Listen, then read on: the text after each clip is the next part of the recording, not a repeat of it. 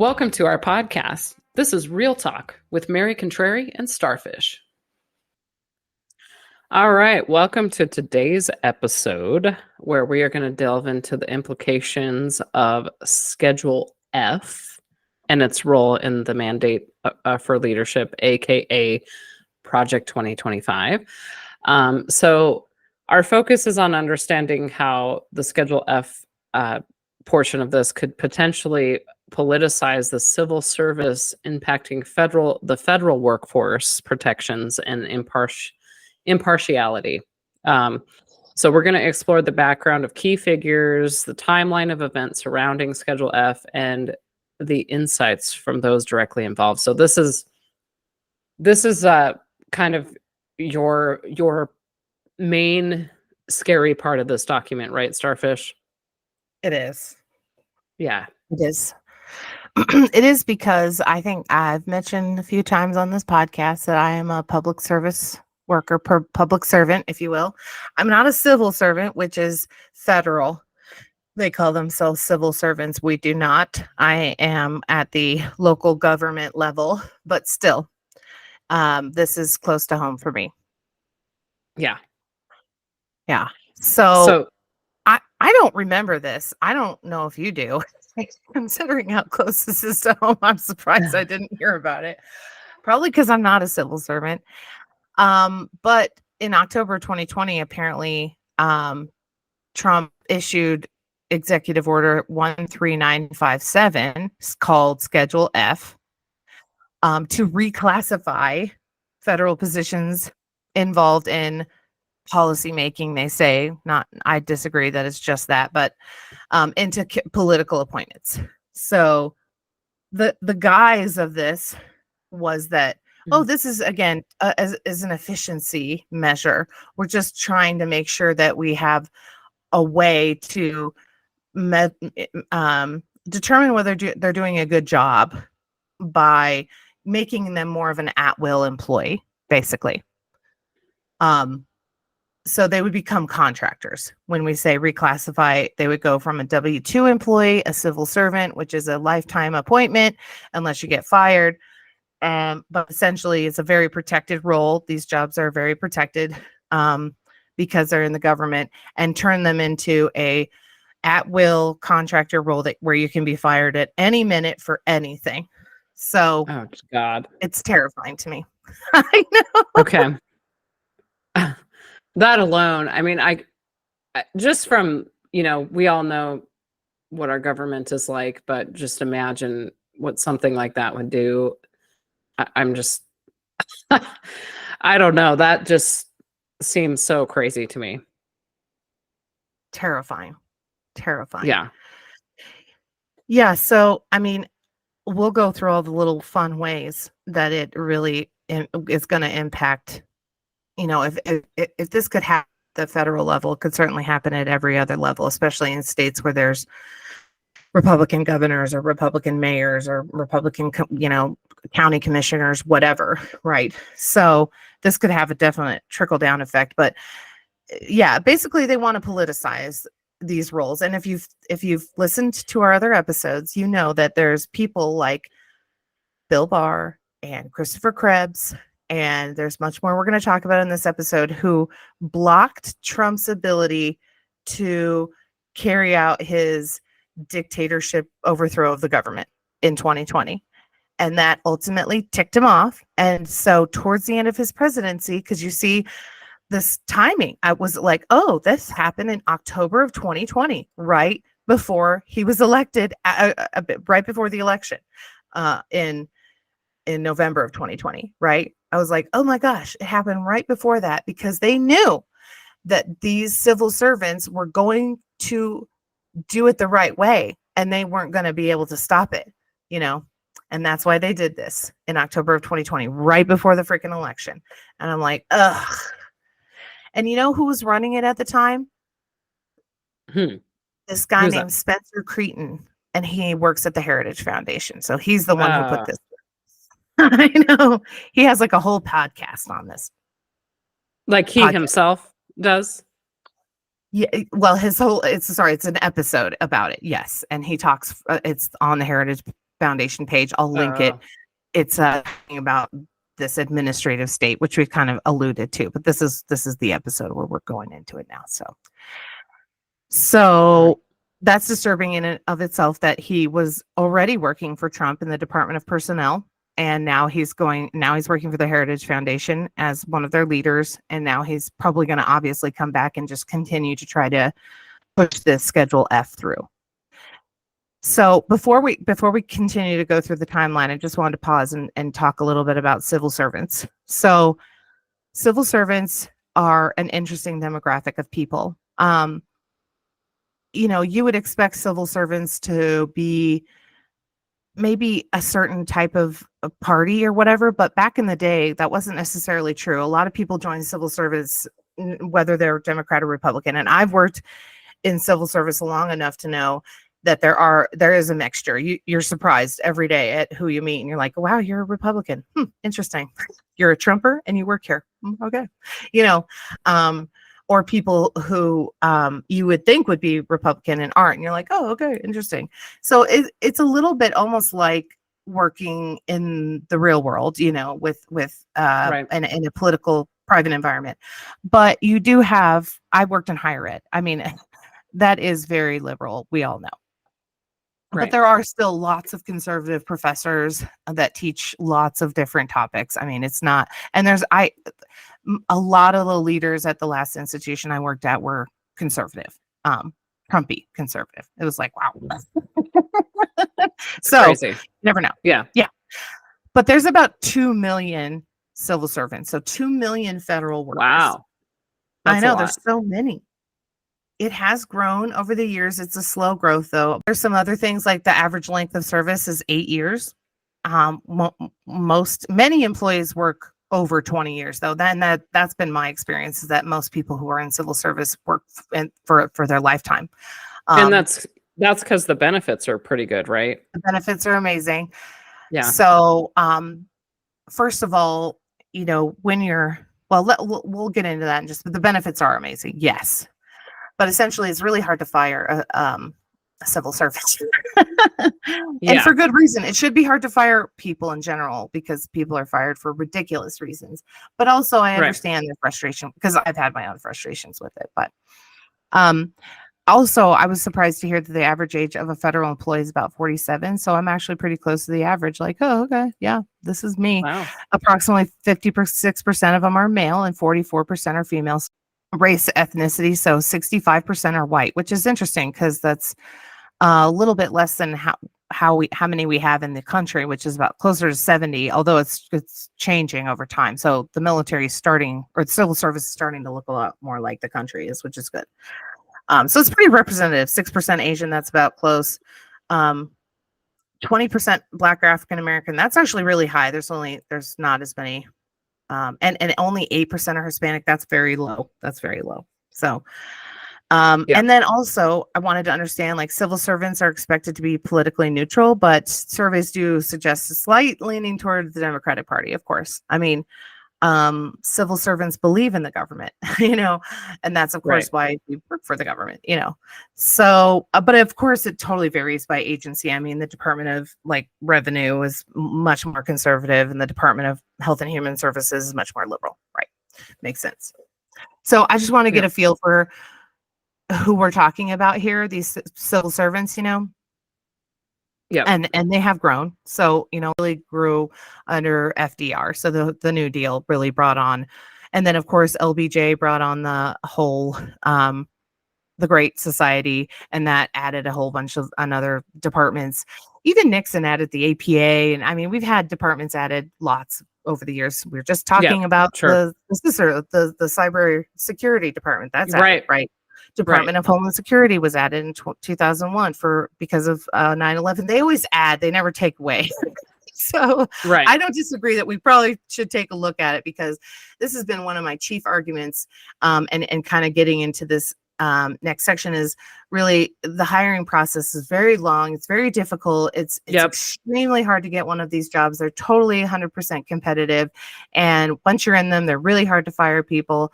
So they're interesting jobs. They're very protected jobs. But this is what Trump calls the deep state. These people.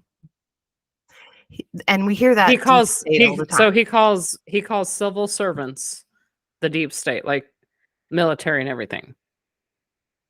Yes. I mean, Okay. military, and we'll talk about an example of military a little bit later, but these roles are not beholden to him. And so the Heritage Foundation calls it the administrative state, or the fourth branch of government, because I'm not a civil servant, but as a public service worker, I don't care who's governor or who's president of the institutions I work for, right? It shouldn't matter what their political whatever is. We're still going to keep doing the programs that we have set up the way we have them set up. Sometimes a governor will come in and they'll be like, hey, would you guys be interested in creating a program for this? But they're not going to tell us to end a program in higher ed. They're not going to tell us how to run a department or anything like that. They don't dictate how you do things, because your job isn't dictated by politics when you're a civil servant, right? So they don't like that. They don't like that. They want people who are beholden to their politics. Like, right. So we'll go through some more examples, but basically they feel like they don't want these people. So one of the people who, this is a good example of how this could go wrong. So one of the people who worked for the civil service was this lady named Emily Murphy. Emily Murphy is a general services at GSA, General Services Administration. It's basically like the administrative, like the secretary branch, if you will, the administrative branch. Okay. It does all the paperwork and all this stuff. One of the things that they have to do is that they have to transition the office from the old president to the new president. So when Trump lost, she had to say, okay, I'm the official paperwork person who says this happened. I sign over authority to your team, Joe Biden, to come in and take over all the administrative duties. Okay. And so it's really just sort of like the plan for transition. Well, she delayed it because she believed that there was fraud in the 2020 election. She's obviously Republican or Trumpy. She believed that there was fraud. She delayed transitioning it to Trump, to Biden, even though it had been certified. And I mean, it was terrifying. I was like, wow, this person who's a civil servant and not supposed to be political, she's supposed to listen to her boss, and her bosses were, and the intelligence and everybody that we're supposed to trust, all these institutions were telling us there's no fraud. And she's going, I don't know. I believe Trump. And she thankfully did it. But it was probably one of the most terrifying things of all, because the administrative ability to convert over everything. If you've ever worked as an administrative assistant, if you've ever owned your own business, you know all the paperwork involved in owning a business and making travel arrangements and getting reimbursements and paying your bills. This is what the GSA does. And if you don't have somebody there to do it, it doesn't happen. And then there's no official requisition to move him out and to move the new president in. There's no official funding for anything to actually transition. So this woman had a tremendous amount of power, and she abused it by holding off because Trump told her to, and she believed him. Yeah. So this is what can happen when we don't have these protections of being a civil servant versus being a political appointee, you know. Oh my goodness. So like, was she fired, or like, you know, for doing stuff like that? Like, was there any repercussions? You know, that is an excellent question. I'm not sure. I would think, you know, I would be like, yeah, no. Oh, she resigned. Oh, she did. Okay. Yeah. January 15th, 2021, she resigned. So 5 days before the coup. No, days after the coup. So after January 6th, the attempted coup. Yeah. Sorry. Yeah. January 6th, of course. Yeah. She's like, oh, oops. Right. Wow. My bad. So I'm guessing that My was her. good. Yeah, a lot of Yeah. people resigned immediately after January 6th, like the Oh, yeah. DOE later. What's it? DeVos, remember her? Oh, yeah. I do. Yep. DeVos. We have a special announcement for all of our podcasting friends and aspiring creators out there. If you're looking to elevate your podcasting game, check out blueberry.com. With their top-notch services, you can take your podcast to the next level. Plus, we've got an exclusive offer just for our listeners. Use the code STARFISH at checkout to get a special discount on your subscription. Don't miss out on this great deal. Visit blueberry.com and use the code STARFISH today. So there's a union, of course, for civil servants. It's called the National Treasury Employees Union. I did not know about this. They filed a lawsuit challenging the legality of Schedule F because they're like, excuse me, no, we can't just make us all contractors. That is a misclassification of a work. So I don't know if you've ever thought about a contractor versus a W-2 person. I know you probably, as one, you know what it's like, but a lot of people have never been a contractor. Most people are W-2 employees. And when you're in a contract, you have to be really careful that you're not doing certain things which would reclassify you as a W-2 employee. Because, for example, I was a server for a really long time, and you serve papers for people. Well, they're not supposed to tell me when I go serve. They shouldn't give me a schedule. They shouldn't train me on how to be a server. They should just train me. Like I should be the expert in serving, but they should train me how they would prefer it be done. Like, this is how we do it. Can you do it our way? Sure. But they can't tell you how to do it as a contractor. And there's lots of criteria. It's not a very clean cut black and white thing. But if you're working 9 to 5, if you're expected to be there 9 to 5, then you're probably, unless there's some reason, that like there's some justified reason to force them to be there between 9 to 5, like the building's only open from 9 to 5 or something like that, which is not true. It's open from probably 6 a.m. to 10 p.m., So trying to force them to do things a certain way, if you can imagine the entire administrative state being contractors, they would be able to do things on their whim almost entirely because they would not be beholden to any personnel rules whatsoever. They're contractors, they don't have any liability or what, there's just, it's like a totally different world than being a W-2 employee. So I just can't imagine it. It just seems absurd to me to think of contracting all of us out for our work. Like, whoa. I mean, we do hire a ton of contractors. I can't say we don't, but we have to be there on site serving people. You can't contract that kind of work, Right. So anyway, they're challenging this, and they should challenge it. So also, though, sorry, please. So who's challenging this? So the National Treasury Employees Union. So the union of the union's servants. Okay. They did right away in November of 2020, right after Schedule F came out. They said, no, we challenged this. It doesn't look like it actually went to court because in January 2021, Biden came in and said, and turned it off, signed an executive order revoking it, basically, and said no. Because it's absurd, as we've stated. So then, because of a possible Trump presidency again in 2025, please, people, do not let that happen. The Office of Personnel Management issues regulations in 2024, a regulation. So what they did was say, okay, we're going to create basically a rule saying you cannot convert people over. You cannot arbitrarily change them over to federal contractors so that you can just dismiss them for political reasons.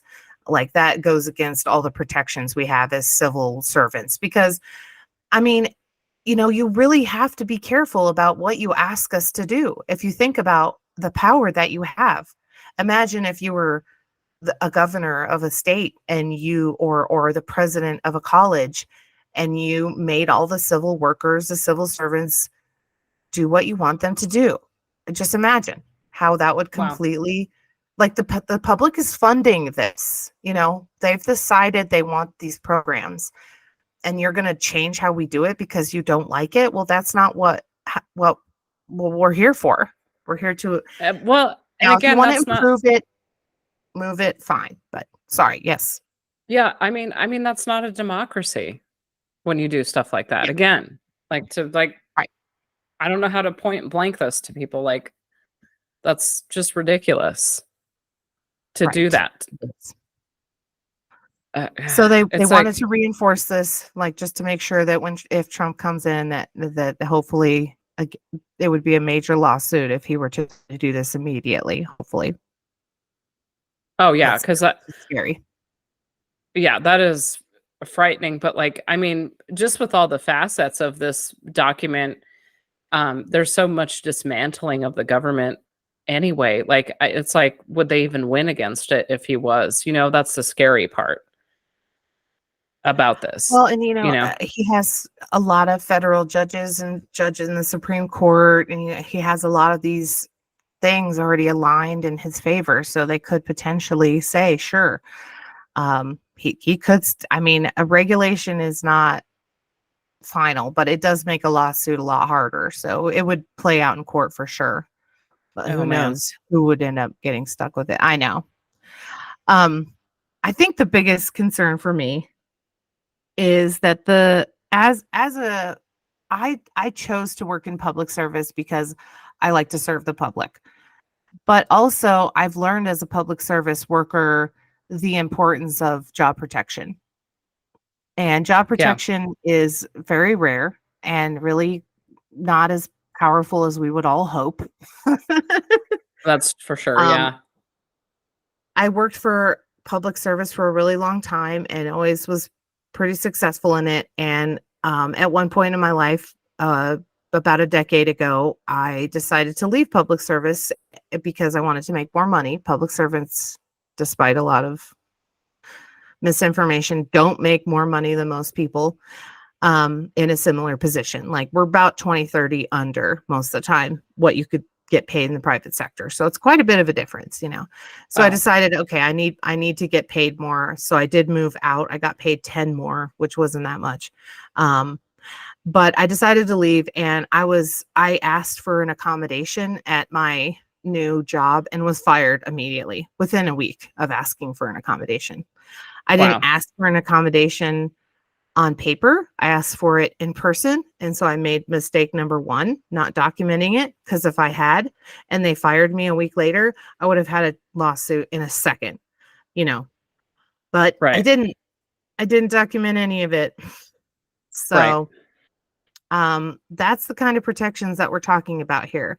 I mean, I probably would have had the same problem if I had asked for an accommodation and I was fired in the public service sector, but they're just not going to fire you that quickly because they know they're going to have they could have a potential lawsuit. Now I will say, like, a lawsuit against the government is pretty hard to win, just like a lawsuit against a private company is hard to win. But there's a lot fewer lawyers who are willing to take on public sector employers because the government has the best employers too. Of course they do. So this is an interesting topic. I feel like the attempt to make us more efficient, which is not something I disagree with at all, because government's extremely inefficient. Most businesses are extremely inefficient. Right. But I think the attempt to make it less equitable, protected. I mean, trying to make it less protected is making it less equitable, is what it's really doing.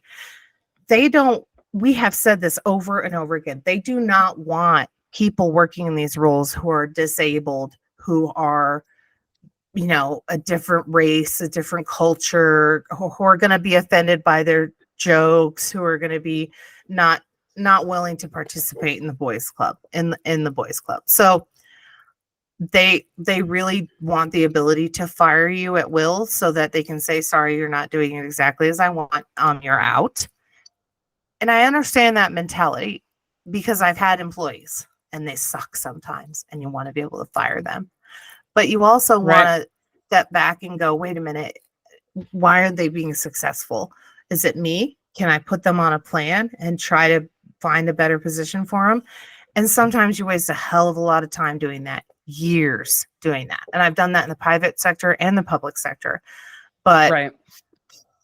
I mean, I feel very much more protected because the government is supposed to be the people who, you know, we're supposed to be the people who show everybody else how it's supposed to be done. So they do have a better system of appeals. I will say that. If you don't agree with a decision they made about your role, you can appeal it, basically, Right. as a Yeah. public servant. And you don't have that when you're a private worker. You don't have an appeal system. The only appeal that you would potentially have is the EEOC. And the EEOC is the employment. Why can't I think of the name of it? Because I never say it all the way. Equal employment. The EEOC is the Equal Employment Opportunity Commission. So when you're hiring somebody in public service, you literally have to have the same interview questions that you ask everybody. I've hired like so many people, like probably 100 people in my lifetime. And you have to have the exact same questions. You may not ask a single question that's different with a candidate. So you can't ask one candidate a question that you wouldn't ask another candidate. So for example, if I were to ask you, are you pregnant? I would have to ask everybody that. And of course, you're not allowed to ask if you're pregnant. This is another thing the EEOC protects is you can't not hire her because she's pregnant. You know, that's against the law. You can't not hire her Right. because she's a woman, because she's pregnant, because she's Black, because she's gay, because she's anything. And they've even added some protections that you can't not hire them because they're Christian or Muslim or any religious reasons. You can't not hire them because they're Democrats or Republicans. Like some places I've worked for have added those additional protections, which are not protected by the federal government. Mostly the federal government is age, gender, race, sexuality, and sexual status. I think those are the 5 big categories, if I recall. Disability. And Right. that's a big one. That's a big one for me. For me personally, I have a chronic illness. It causes multiple disabilities. And for one of them that I have, ADHD, let's just say one of it, which I'm sure you've all figured out. I have ADHD because I wander around like this. But for that one, I need specific accommodations, which just help me keep up with everybody and organize my thoughts a little bit better. And when I ask for them, it's really frustrating when people don't want to give them to you. It's like, you know, I'm like a really good worker and I just need this little thing to help me. What is the big fucking deal? You know, now some disabilities are much harder than mine. And I've worked with people who have some major disabilities and you really have to change a lot of your practice. But again, they were good workers. So I'm not going to just say no because they have that disability. But I've heard people outright say, I wish I wouldn't have hired them, or, I can't believe we have to do this, or whatever. They're probably faking it. Holy fucking shit. Yeah. So anyway, it's just, that's the disturbing part to me is that we have spent the last 100 years trying to eliminate these gaps in race and gender and sexuality. And this just resets it all. Nope. Let's go back. Let's not have an EEOC person. Let's not have any protections. Sorry. This sounds really familiar to what happened in Germany during World War II. I'm just saying, like, that's insane to like be discriminatory. It's like only these certain men or whoever they choose, men and women, are allowed to be in these roles. Yes. They didn't even, you know, people who are disabled, they would basically want them dead. They were like, sorry, you're a broken human being and you should be, they just have a broken leg. Okay. They can still think and use their hands. Right. You know, Exactly. I've worked with people who are blind. I've worked with people who are deaf. I've worked with people who are physically disabled and have wheelchairs or whatever. I've worked with because I had a ton of students. I had students who had cerebral palsy. I had students who had ADD. I've had students with everything under this dyscalculia. I bet a bunch of you don't even know what the hell that is, but I What know is that? because it's like dyslexia, but for numbers. Oh, Like okay. you can't, and yeah, it's interesting. And there's dysgraphia where you can't write letters right, and you can't. There's all kinds of disorders out there. So Right. if you just acknowledge them and realize and recognize why that person might be struggling in your classroom, as an instructor, that was the thing that you have to do is you're struggling. But what I could not do was go up to them and say, hey, I think you have a disability, don't you? You should probably not be in this class. I had to wait for them to come to me. That was the struggle I hated. Is I could never go up to them and say, hey, I could say, I think you're struggling, but I couldn't say why. I could say, I think you're struggling. Here's some resources. Maybe you need to go to these offices and talk to them. Maybe you have something that they have something that might help you. But I can't say, gosh, you have cerebral palsy. You can't keep up. You got to get out of here. I can't do that. Right. I can't. I have to figure out a way to accommodate them. She got a C in my class. It's an average grade. That's typical for most students to get a C in it. So I was like, I didn't have to accommodate her that much either. I was surprised. So I'm just really scared that they're going to take these positions away, and they don't like us in these roles. They're very anti administrative state. A lot of people complain about the DMV and these agencies. Unemployment, I get it. They are terrible. They don't work well. They're trying. Mm-hmm. SNAP, Medicaid, a lot of them have extreme inefficiency issues. Higher education too. Oh yeah. The library. I mean, frick, like a lot of places have terrible issues, but do we just say, sorry, at will? No, because I've worked for a lot of private companies who have very similar frickin' problems. But you know what they do? They hide it. Nobody knows they have those problems.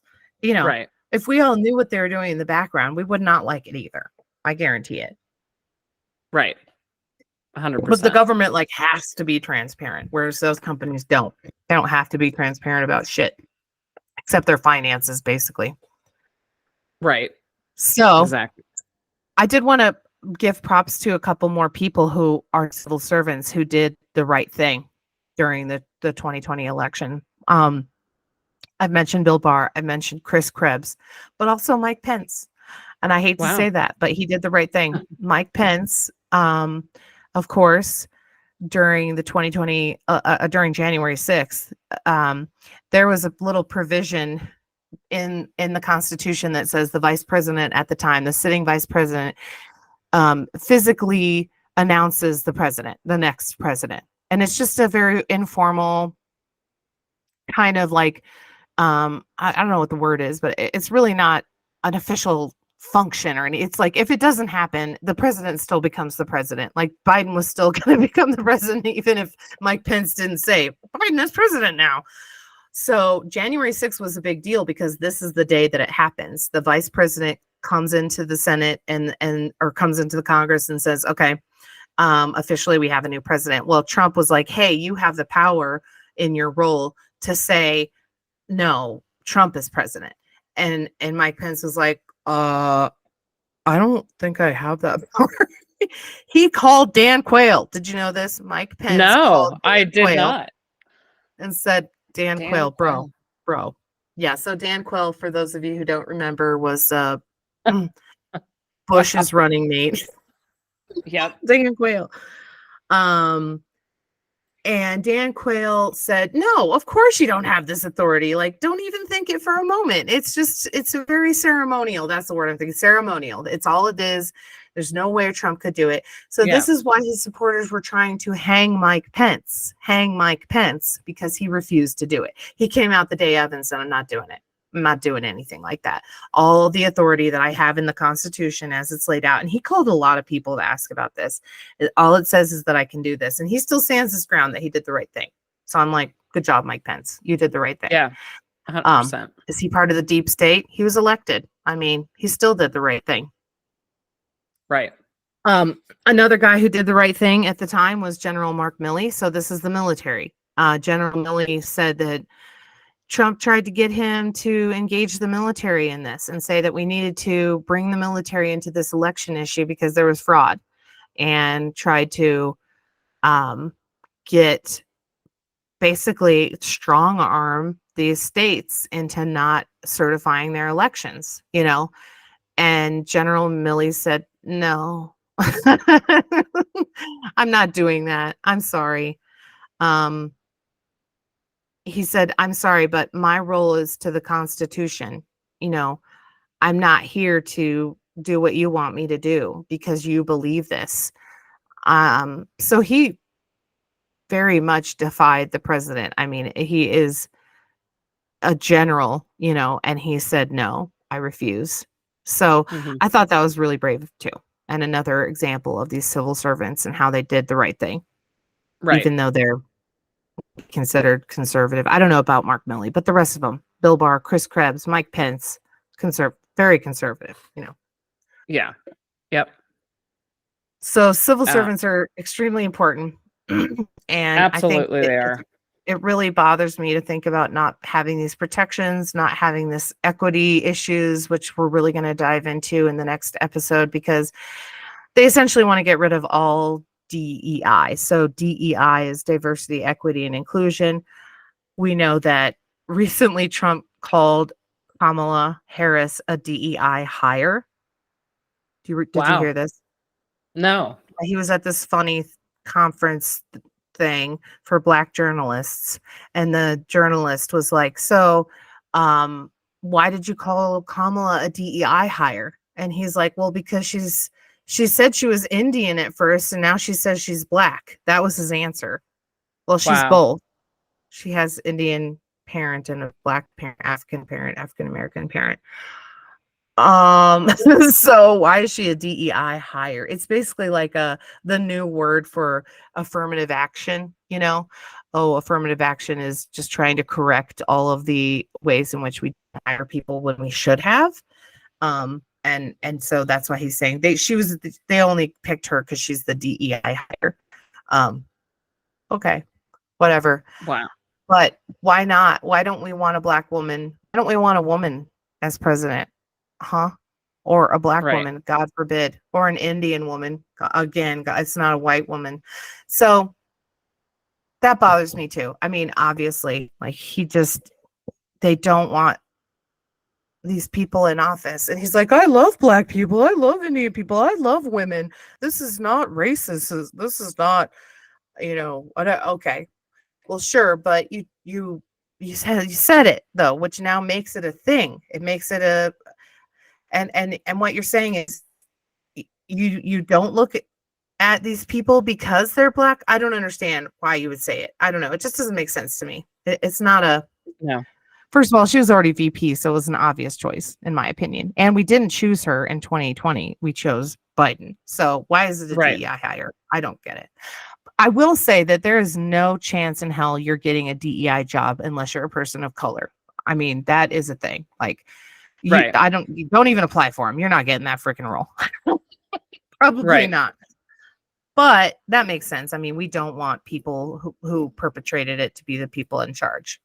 So I'm excited to talk about the equity stuff, but that is one of the biggest protections that I'm concerned about, is basically trying to sanitize the people of the country into white people.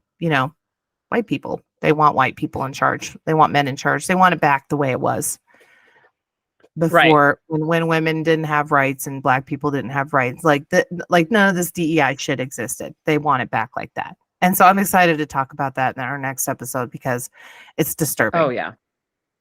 All of this is disturbing, but I know that it's really like bothers me. Really, as we get deeper into this document, that is, I think it's 902 pages or something, right? 922. Yep. Oh my goodness. Yeah. So big. It's just an insane document that just like, it's like, just written by a lot of worms, right?